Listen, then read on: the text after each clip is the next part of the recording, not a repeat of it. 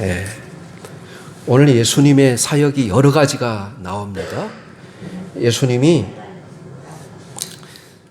바로 말씀을 가르치시고 또 신방하시고 또 사람을 치료하시고 그리고 기도하시고 전도하신 내용들로 오늘 본문이 구성되어 있습니다. 그래서 이 제목을 어떻게 잡을까 하다가 예수님의 사역이 주는 교훈이라는 제목으로 우리 성도들과 제가 같이 은혜를 나눈 시간이 되기를 원합니다. 신방은 한국 교회의 전통적인 목회 방법 중에 하나입니다. 보통 1년에 한 번 이상 성도의 집을 방문해서 가정 형편을 살피고 또 그 가정을 위하여 간절히 기도하고 말씀으로 권면해 주는 시간, 바로 신방을 이야기합니다. 그런데 오늘 본문의 내용이 신방에 관한 거예요. 더구나 한우들을 신방하거나 또한 수술을 앞둔 성도들 찾아가 기도하는 일은 매우 당연한 목회자의 사역이었습니다. 그러나 이런 신방이 점점 한국교회에 사라지고 있습니다. 안타까운 현실이죠. 여러분, 우리에게 임한 구원의 사건은 어떻게 시작됐을까요? 하나님이 인간의 몸을 입으시고 직접 우리를 신방하여 오신 사건이 구원의 사건입니다.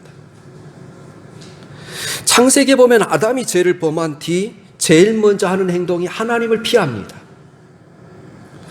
그러나 하나님은 그를 찾아오셔서 물으십니다. 아담아, 내가 어디 있느냐?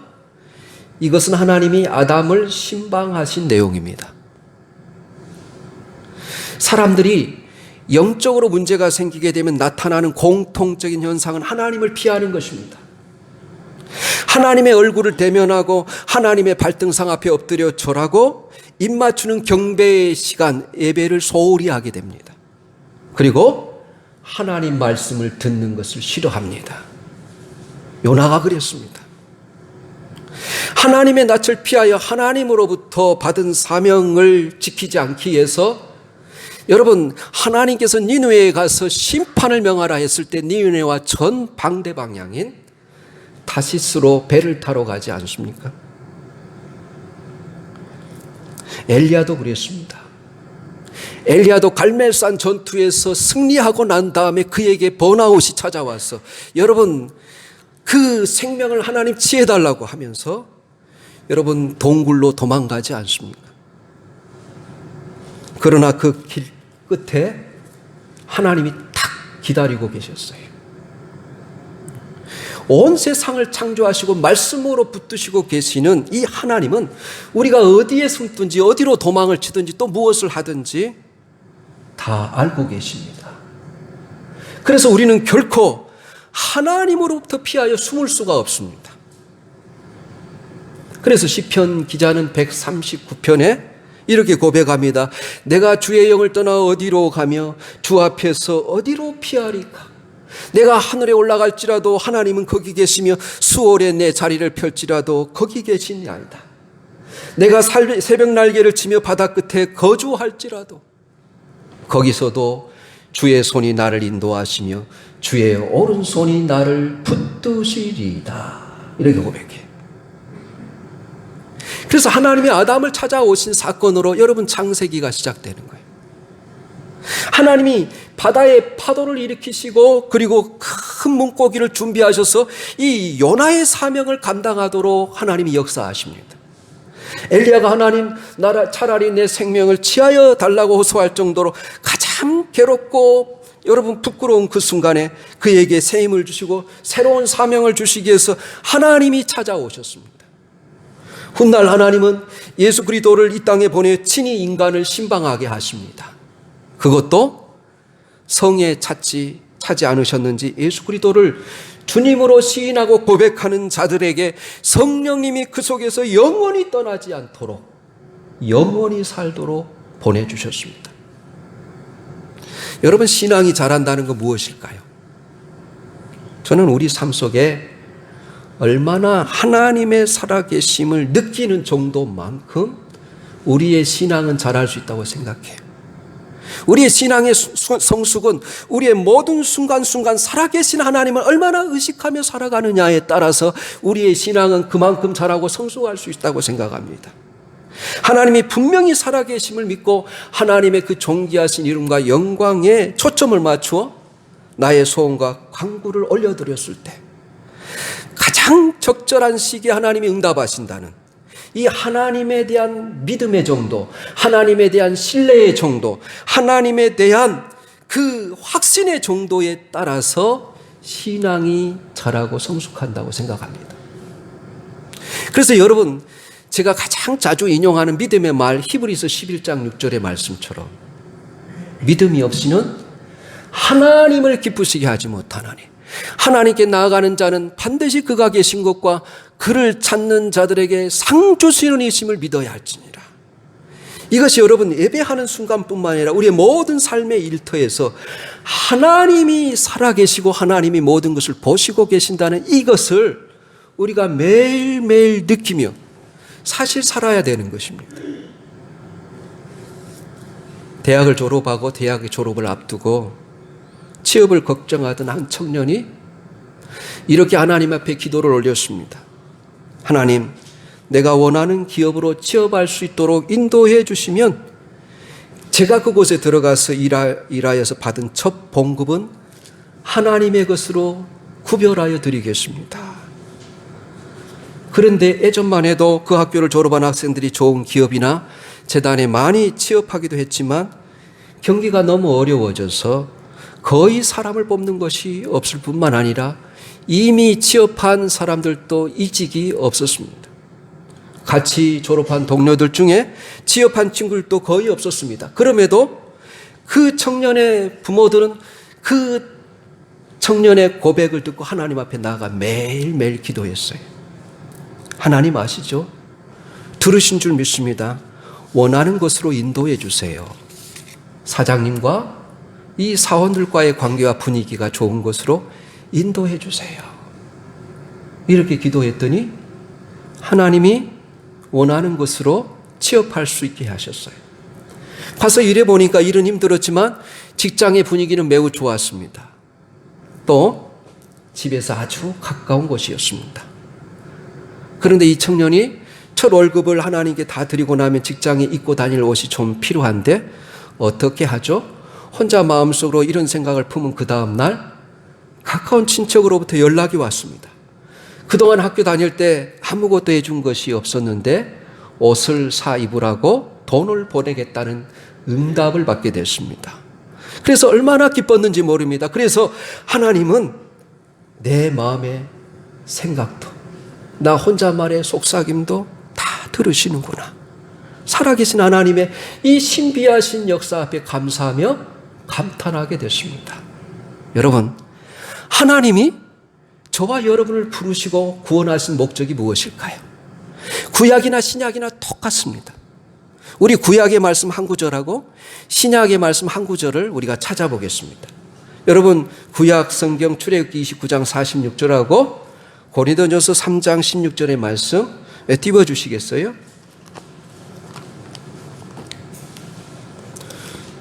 네, 출애굽기 29장 46절 말씀입니다. 우리 같이 읽겠습니다. 시작. 내가 그들의 하나님 여호와로서 그들 중에 거하려고 그들을 애굽 땅에서 인도하여 낸 줄을 알리라. 나는 그들의 하나님 여호와니라. 고린도전서 3장 16절 말씀입니다. 우리가 너무나 잘 아는 말씀이죠. 너희가 하나님의 성전인 것과 하나님의 성령이 너희 안에 거하시는 것을 알지 못하느냐. 사랑하는 교우 여러분, 하나님께서 이스라엘 백성들을 출애굽시켜서서 하나님의 자녀로 삼으신 목적이 뭐냐면 바로 우리 안에 같이 거하시고 우리와 같이 함께 살기 위해서라는 거예요. 우리 안에 성령님이 계심을 믿으십시다. 하나님이 우리를 부르신 목적은 우리와 함께 살고 싶고 우리와 함께 거주하고 싶어서 우리를 불러내셨다는 거예요. 우리 마음의 성전에 오셔서 우리를 인도하시고 우리를 도우시기 위해서 하나님께서 우리를 구원하여 주셨다는 거예요. 또한 그분은 우리 안에 계시기 때문에 우리의 생각과 속삭임도 다 듣고 계심을 믿으십시오. 예배할 때도, 홀로 하나님 앞에 나가 기도할 때도, 길을 갈 때도, 일을 할 때도, 어떤 중요한 선택의 순간에도 하나님을 의지하십시오. 모든 것을 합력하여 우리의 유익과 행복을 위하여 일하시는 하나님을 기대하고 다 맡길 수 있기를 예수님의 이름으로 권면합니다. 이거 너무 중요해요. 신앙이라는 것은 하나님이 내 안에 있는 것을 믿는 것이 신앙이에요. 정말. 이걸 얼마나 인식하며 기도할 때도, 예배할 때도, 우리의 삶을 살 때도, 이 소소한 일에도 하나님이 나와 함께 계신다는 걸 믿는 거, 이거 믿어지는 것만큼 그 신앙이 자랄 수 있다는 것입니다. 사랑하는 교회 여러분, 스바냐서 3장 17절은 또 뭐라고 말하면, 너희 하나님 여호와가 너희 가운데 계시니 그는 구원을 베푸실 전능자시라. 그가 너로 인하여 기쁨을 이기지 못하시며 너를 잠잠히 사랑하시며 너로 인하여 즐거이 부르며 기뻐하시리라. 오늘 여러분, 예수님이 베드로의 집을 신방하신 것을 통해서 귀한 교훈을 얻고 배우고자 합니다. 오늘 여러분 본문 속으로 다시 들어가 보면 마가복음 오늘 29절 30절이 베드로의 집을 신방하는 것으로 시작하지 않습니까? 마가복음 1장 29절 30절입니다.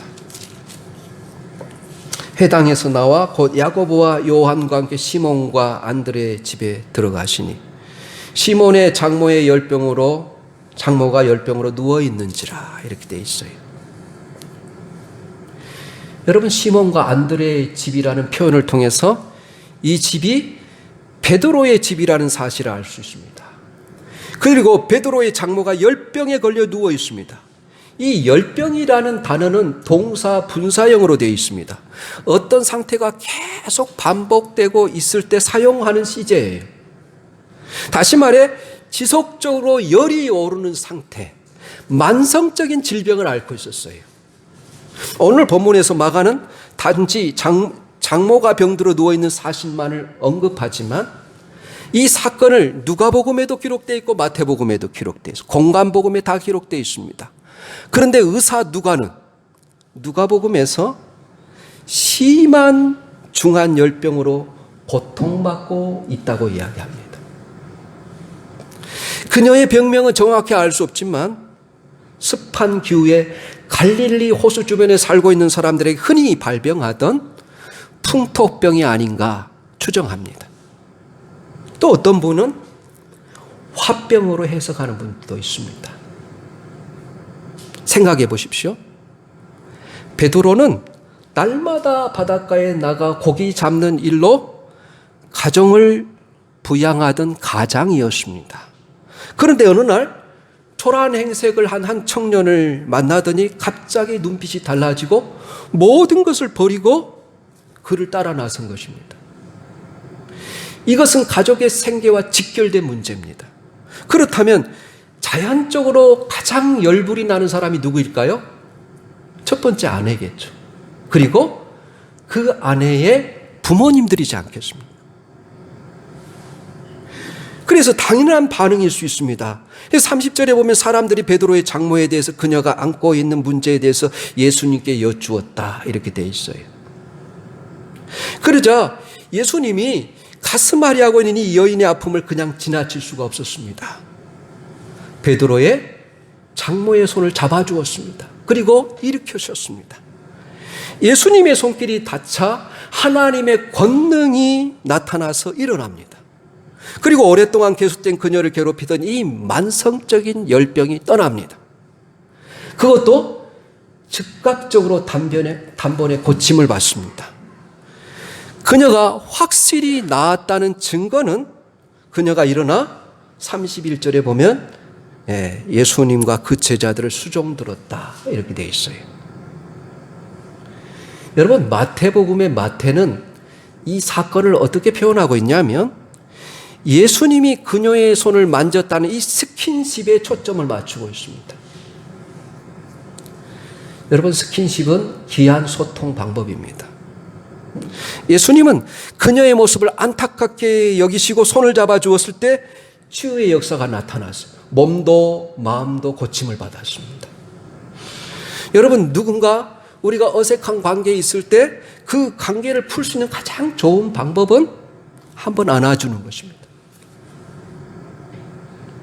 손을 잡아 주십시오. 그러면 아무리 복잡하게 엉킨 문제라도 모든 논리가 무너져 버립니다.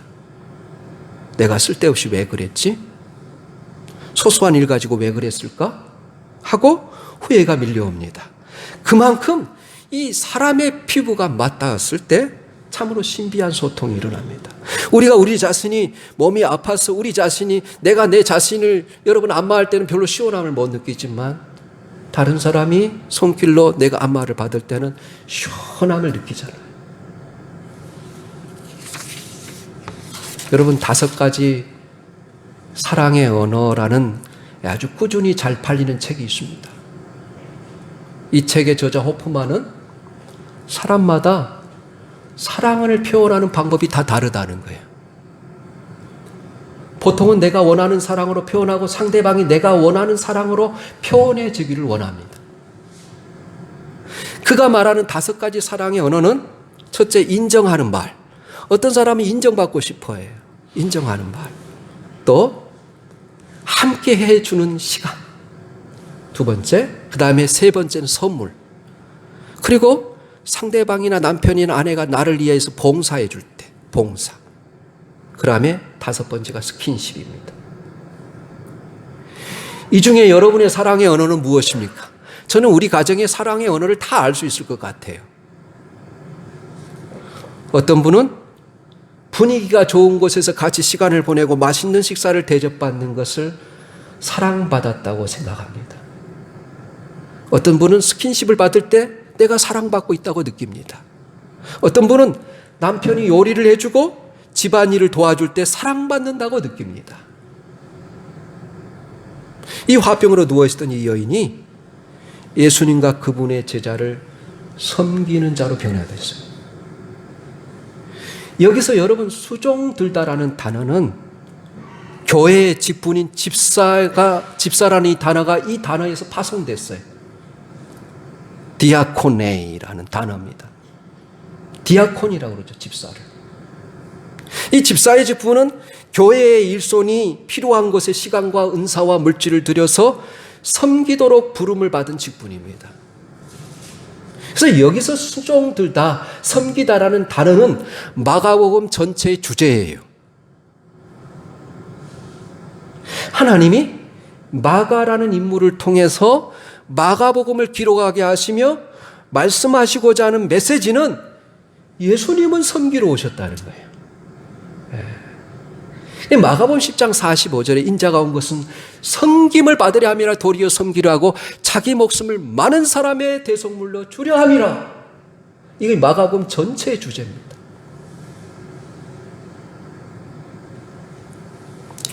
육신의 병을 고치신 첫 장면이 바로 베드로의 장모의 열병을 고쳐주신 것입니다.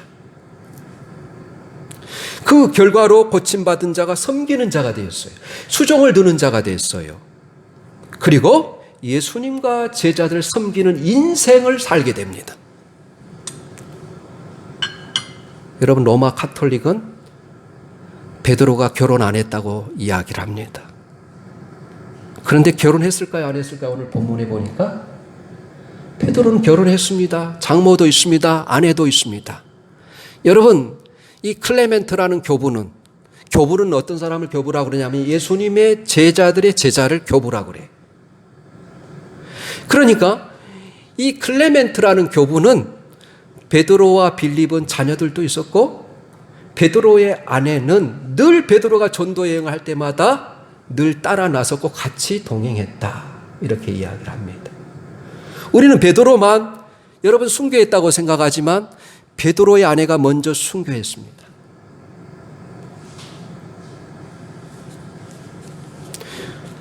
우리 베드로전서 4장 10절 11절 말씀 한번 찾아볼까요? 한번 띄워주시면 또 감사하겠습니다. 하나님께서 우리에게 은사를 주시는 목적이 무엇인지 베드로전서 4장 10절 11절입니다.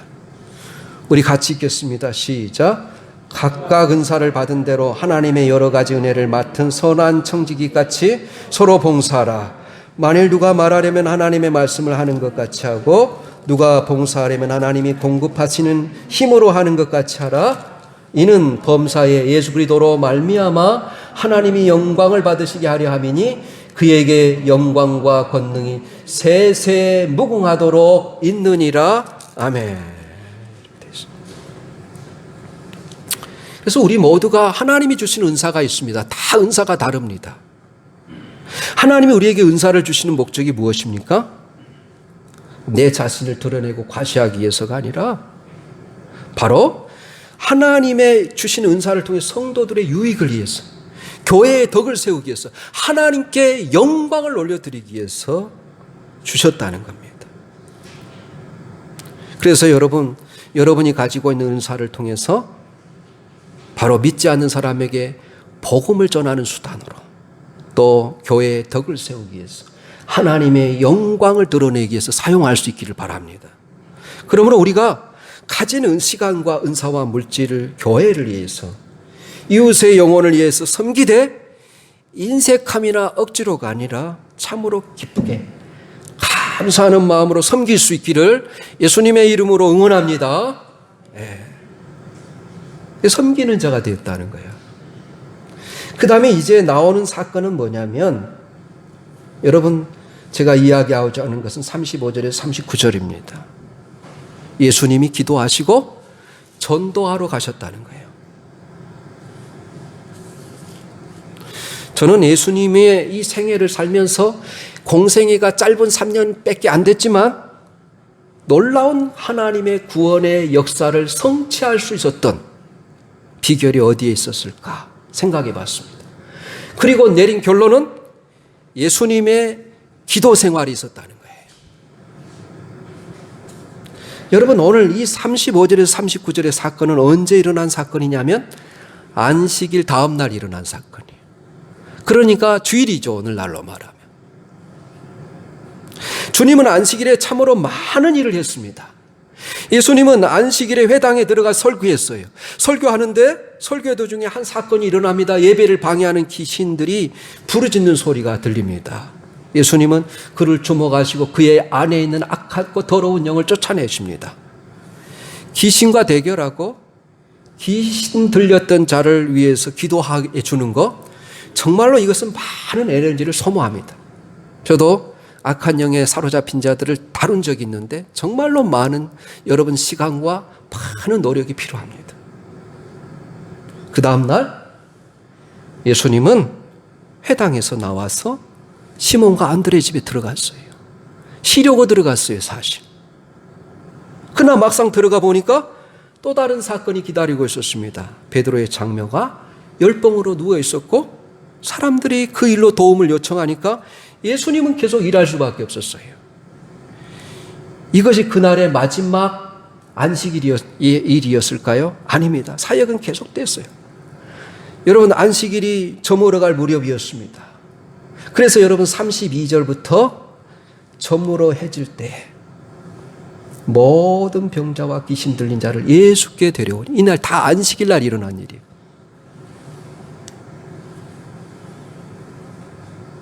그래서 예수님은 여러분 안식일 날 너무너무 바빴어요. 예수님이 이 시몬의 장모의 열병을 고쳤다는 소식이 퍼져나가자 예수님이 아직도 시몬의 집에 있대라는 소문이 온 동네에 퍼졌어요. 이 소식을 듣자마자 병자들이 다 앞을 다투어 시몬의 집의 문 앞에 찾아오기 시작합니다. 병자들이 얼마나 많았는지 마가복음의 저자 마가는 아주 위트 있는 약간의 과장법을 사용해서 이야기합니다. 뭐라고 그래요? 33절에 온 동네가 그 문 앞에 모였더라 그래요. 여러분, 온 동네 사람도 아니고 온 동네가 그 사람의 문 앞에 모였더라 이렇게 표현해요. 내과에 갈 사람, 안과에 갈 사람, 소아과에 갈 사람, 정신과에 갈 사람, 비뇨기과에 갈 사람들이 다 베드로 집에 모였어요.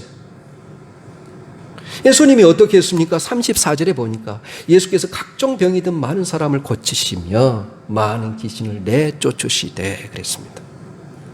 그래서 안식일이 저물어 갈 무렵까지 예수님은 여러분 그 사람들을 다 고쳐주시고 안수하십니다. 생각해 보십시오. 얼마나 바쁜 하루였을까요? 얼마나 그 몸이 피곤했을까요? 그렇게 안식일이 지나고 이튿날 아침이 되었습니다. 저나 여러분이 만약 예수님처럼 그렇게 바쁜 하루를 보냈다면, 이튿날 아침 특별한 약속이 없었다면 어떻게 했을까요? 저 같으면 핸드폰을 무음으로 해놓고 깊이 숙면을 취했을 것입니다. 그러나 이튿날 아침 성경은 예수님 무엇을 하셨다고 하죠? 35절 새벽 아직도 밝기 전에 예수께서 일어나 나가 한적한 곳으로 가서 거기서 기도하시더니 이렇게 돼 있어요. 그처럼 바쁜 하루를 지난 이튿날 새벽 오히려 미명에 예수님은 일어나 기도하기 시작하셨습니다. 예수님의 기도와 우리의 기도의 차이점이 무엇일까요? 예수님은 어떻게 그렇게 피곤한 몸을 이끌고도 그 다음날 아침 이른 새벽에, 오늘날로 하면 새벽 기도를 하는 것이죠. 여러분, 만약 기도가 의무였고 해야 될 어쩔 수 없는 일이었다면 실천하기가 어렵습니다. 그런데 예수님께는 이 기도가 특권이었어요. 그리고 기도를 통해서 안식을 취하신 분입니다. 기도를 통해서 하루 전에 있었던 모든 스트레스를 여러분 다 해소하는 시간이었습니다. 그래서 우리 주님은 기도를 통해서 쉬셨고 새로운 힘을 얻으셨고 지나간 하루의 스트레스를 다 극복하셨습니다. 요즘 현대인들을 가장 괴롭히는 병이 뭡니까? 스트레스죠. 스트레스가 무엇일까요? 외부의 자극에 의해서, 외부의 억압에 의해서, 외부의 광요에 의해서 사람의 몸과 마음의 균형이 깨지는 것입니다. 몸과 마음의 균형이 깨지면 내 몸이 마음을 따라가지 못합니다. 사람들이 허우적거리죠. 그래서 영어로 질병이 뭐냐면 디스오더예요. 오더는 질서입니다. 모든 것이 균형을 맞춘 상태인데 이 균형이 깨져버리는 것을 디스오더, 질병이라 그래요. 그런데 예수님은 이 스트레스를 기도로 극복했습니다. 기도하시면서 쉬신 것입니다. 여러분, 아무리 피곤해도 즐거운 일을 하게 되면 피곤이 금방 극복되지 않습니다. 예수님께 기도는 즐거운 일이었습니다. 어떤 사람들에게는 기도와 예배가 즐거운 일인 사람이 있어요. 예배 드리고 나면 새 힘이 나지 않습니까? 예배 드리고 나면 평안과 안식을 찾지 않습니까? 그래서 어떤 분은 교회에 오는 것이 너무 평안한 나머지 말씀을 전하기도 전에 깊은 잠에 빠지기도 하지요. 사랑하는 자에게 하나님이 잠을 주신다고 그랬어요. 예수님은 아버지 하나님과 이 사랑의 교제를 통해서 새 힘을 얻으신 것입니다. 하루를 바쁘게 보내시고 피곤하여 잠자리에 들 때 예수님은 벌써 이런 생각을 했을 것입니다. 내일 아침 일어나 아버지와 교제해야지. 이렇게 예수님은 기도가 안식이었다는 겁니다. 그때 제자들이 예수님이 기도하는 곳에, 한적한 곳에 찾아와서 뭐라고 보고합니까? 37절에 만나서 이르되 모든 사람이 주를 찾나이다 그래요. 그러나 예수님은 당신을 찾아온 제자들에게 주님이 이 땅에 오신 목적이 잃어버린 자, 죄인들을 구원하기 위해서 오셨음을 분명히 38절에 알려줍니다. 이르시되 우리가 다른 가까운 마을로 가자. 거기서도 전도하리니 내가 이를 위하여 왔노라 그래요.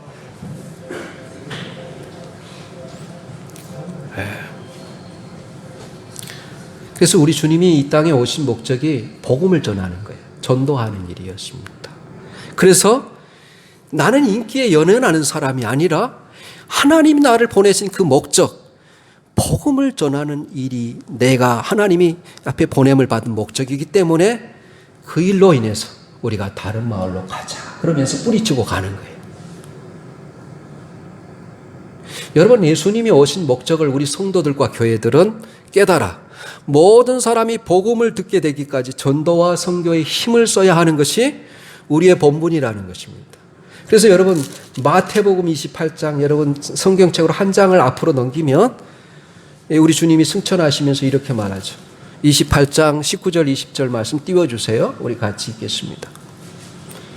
같이 읽습니다. 시작. 그러므로 너희는 가서 모든 민족을 제자로 삼아 아버지와 아들과 성령의 이름으로 세례를 베풀고 내가 너희에게 분부한 모든 것을 가르쳐 지키게 하라. 볼지어다 내가 세상 끝날까지 너희와 항상 함께 있으리라 하시니라.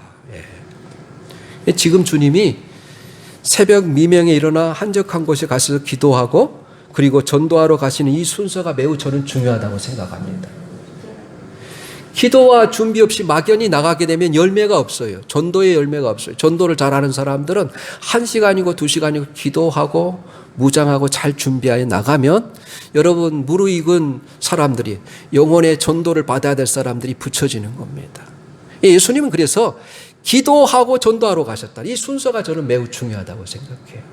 우리가 무슨 일을 하든지 먼저 기도하고 하나님의 일을 해야 되는 것입니다. 여러분, 종교개혁자 마틴 루터가 나는 요즘 너무 바빠진다. 더 기도해야겠다. 그의 일기장에 이렇게 쓰여져 있습니다. 요즘 너무 바빠진다. 기도할 시간이 없다. 우리는 보편적으로 이렇게 생각하지 않습니까? 근데 마틴 루터는 바쁠 때 더 기도해야 된다고 생각했어요. 왜 그랬을까요? 그래서 여러분, 마틴 루터는 분주한 일로 피곤한 일로 이것을 극복하는 새 힘을 얻고 용기를 얻고 천주교와 싸워서 구교와 싸워서 담대히 이길 수 있는 능력을 어디에서 얻었느냐? 기도에서 얻었어요. 그래서 바빠졌을 때는 실질적으로 그는 하루에 2시간씩 기도했습니다. 그에게 기도는 안식이었기 때문에, 그에게 기도는 능력이었기 때문에, 그에게 기도는 즐거운 일이었기 때문에 그랬습니다.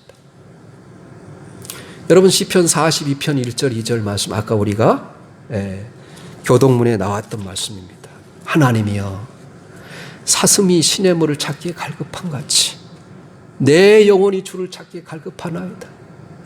내 영혼이 하나님 곧 살아계신 하나님을 갈망하나니 내가 어느 때 나가서 하나님의 얼굴을 배울고. 여러분, 사슴이 시냇물을 찾기에 헐떡이는 것처럼 내가 주를 갈망합니다. 이러한 사모하는 마음으로 주님은 기도했다는 거예요. 그에게 아버지와 친밀한 교제의 시간은 사랑하는 어떤 사람을 만나는 것보다, 사랑하는 어떤 일을 하는 것보다 더 즐거운 일이었기 때문에. 그래서 사람마다 어떤 열망을 가지고, 여러분은 지금 지배하고 있는 가장 강력한 열망이 무엇입니까? 어떤 사람은 부유해지기를 열망합니다. 어떤 사람은 명예와 지혜를 얻기를 열망합니다. 어떤 사람은 여러분 권세를 누리기를 원합니다. 어떤 사람은 지금 일시적인 쾌락과 즐거움을 얻기를 원합니다. 여러분의 가장 큰 열망은 무엇입니까? 우리 주님의 가장 큰 열망은 하나님과의 교제였어요. 아버지 하나님과 교제였어요. 저의 고백입니다. 하나님을 만나고 싶습니다. 나를 지으시고 부르신 그 하나님의 깊은 임재 속에 들어가고 싶습니다. 살아계신 하나님의 놀랍고 아름다운 그 임재 속에 내가 들어가고 싶습니다. 이런 열망. 이 시간 하나님이 예수님에게 주셨던 이 기도의 열망을 저와 여러분에게도 동일하게 나누어 주기를 원합니다. 기도를 통해서 살아계신 하나님의 역사를 경험하고 그리고 나아가 복음을 전할 수 있는 능력을 공급해 주시기를 예수님의 이름으로 축원합니다. 아멘.